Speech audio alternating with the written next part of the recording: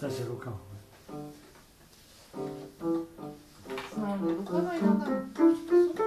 Skupši kad ste rekao, nemoj se vićeš se za 5 godina.